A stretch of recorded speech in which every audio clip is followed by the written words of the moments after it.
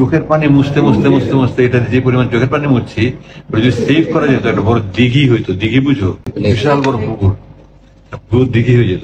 আমি শুধু নিচ্ছি এই কোরআন শরীফ নিচ্ছি। আসসালামু আলাইকুম রহমতুল্লাহ। প্রিয় দর্শক, বাংলাদেশ স্বাধীন হয়েছে, বিজয় হয়েছে, স্বাধীনতা পেয়েছে বাংলাদেশ। স্বৈর শাসক নিপাত হয়েছে, পদত্যাগ করে দেশ ছেড়ে পালিয়েছে।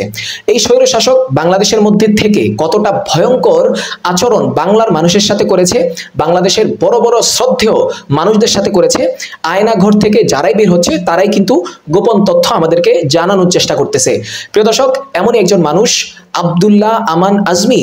তিনাকে 8 বছর আগে যখন গ্রেফতার করা হয়েছে, 8 বছর আগে ওনাকে গুম করা হয়েছে, সেই আয়না ঘরে 8টা বছর উনি কিভাবে কাটিয়েছেন উনি ওনার বিবৃতিতে, ওনার ভিডিওতে উনি কিন্তু বলেছেন।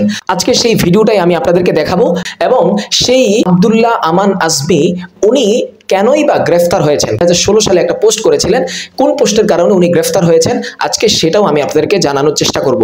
পুরো ভিডিওটা দেখেন, নন স্কিপ করে দেখেন এবং আজকের ভিডিওটা প্রত্যেকটা মানুষের কাছে শেয়ার করে দিন। আমাদের ইউটিউব চ্যানেলটি এখনো সাবস্ক্রাইব করে না থাকলে সাবস্ক্রাইব করে পাশেই থাকুন নিত্য নতুন সত্য নিউজগুলো সবার আগে পাওয়ার জন্য। তাহলে চলুন আমরা মূল ভিডিও শুরু করে দিই।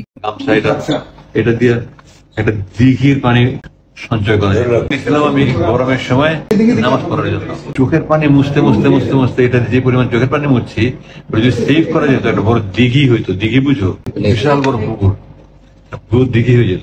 আমি শুধু নিচ্ছি এই কোরআন শরীফ নিচ্ছি, অনুবাদটা নিচ্ছি, তাই মুখের মাটি একটা চাইছিলাম যে সাহায্য করতে, সুন্দর একটা পথে আমার পানি খাইতে হবে, পানি নিতে প্রথম। আর কোরআন শরীফটা দেখি কি অবস্থা 8 বছরে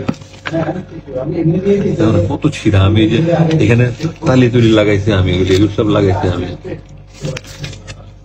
এগুলো সব পড়তে আমি লাগাইছি। আবার এখানে কমেন্টে লিখে এই তর্জমায় অনুবাদে এত বেশি ভুল রয়েছে যে কোরআনের অনুবাদের ক্ষেত্রে এই ধরনের ভুল ক্ষমার যোগ্য। ফুটনোটস। একটা সূরার 3টা নাম, সূরা কাসাস, কাসাস কাসাস কাসাস কাসাস মিন স্টোরি, আর কাসাস এখানে আল কাসাস। এক পৃষ্ঠায় একটা এই ধরনের সবাই পড়বে, কে পড়বে মানে সবাই পড়বে। আচ্ছা নামাজ। প্রিয় দর্শক, ভিডিওর মধ্যে আপনারা দেখেছেন যে আব্দুল্লাহ আজমি উনি কিভাবে ভয়ঙ্কর তথ্য আমাদেরকে দিয়েছেন। তিনি একটা হাতের ভিতরে ওনার একটা গামছা ছিল, সেই গামছাটা উনি নামাজ পড়ার জন্য নিয়েছিলেন এবং সেই নামাজ পড়ে উনি আল্লাহর কাছে এতটাই কাঁদতেন ওনার বর্ণনা অনুযায়ী যে উনি 8 বছর যত কেঁদেছেন, উনি নিজেই তো বলেছেন 8 বছর আমি এমন কাঁদা কেঁদেছি, এমন চোখের অশ্রু ঝরেছে, আমি যদি এগুলোকে একসাথে করি তাহলে একটা দিঘি হবে, দিঘি বড় একটা পুকুর হবে। এত কান্না উনি আল্লাহর কাছে করেছেন। কেননা এই মানুষটা নির্দোষ ছিল, এই মানুষটা নির্দোষ ছিল, এই স্বৈর শাসকের বিরুদ্ধে কথা বলেছে। কথা বলার কারণে এই স্বৈর শাসক তাকে গুম করে সেই ভয়ঙ্কর আয়না ঘরে রেখে দিয়েছে। এটাই হচ্ছে বর্তমান বাংলাদেশের ভয়ঙ্কর অবস্থা। তো প্রিয় দর্শক, আয়না ঘরের বিষয়ে আপনাদের কি মন্তব্য অবশ্যই আপনি আপনার মূল্যবান মতামত কমেন্ট বক্সে জানিয়ে যাবেন। এখন চলুন, আব্দুল্লাহ আমান আজমি উনি কোন পোস্টের কারণে উনি গ্রেফতার হয়েছিলেন আমরা সেই পোস্টটা এখন পড়বো। প্রিয় দর্শক, আপনারা দেখতেই পেয়েছেন এই জায়গায় আব্দুল্লাহ আমান আজমি উনি একটা পোস্ট করেছিলেন যে আপনি বাংলাদেশকে কতটুকু ভালোবাসেন। আপনি যদি বাংলাদেশকে ভালোবাসেন তাহলে হ্যাঁ বলেন, আর যদি আপনি হ্যাঁই বলেন, উত্তর যদি আপনার হ্যাঁ হয়ে থাকে তাহলে ভারতীয় পণ্য বর্জন করুন, ভারতীয় টেলিভিশন বর্জন করুন এবং ভারতীয় যত চাটুকার আছে তাদেরকে আপনি বর্জন করুন। এমন একটা কথাই কিন্তু তিনি বলেছিলেন।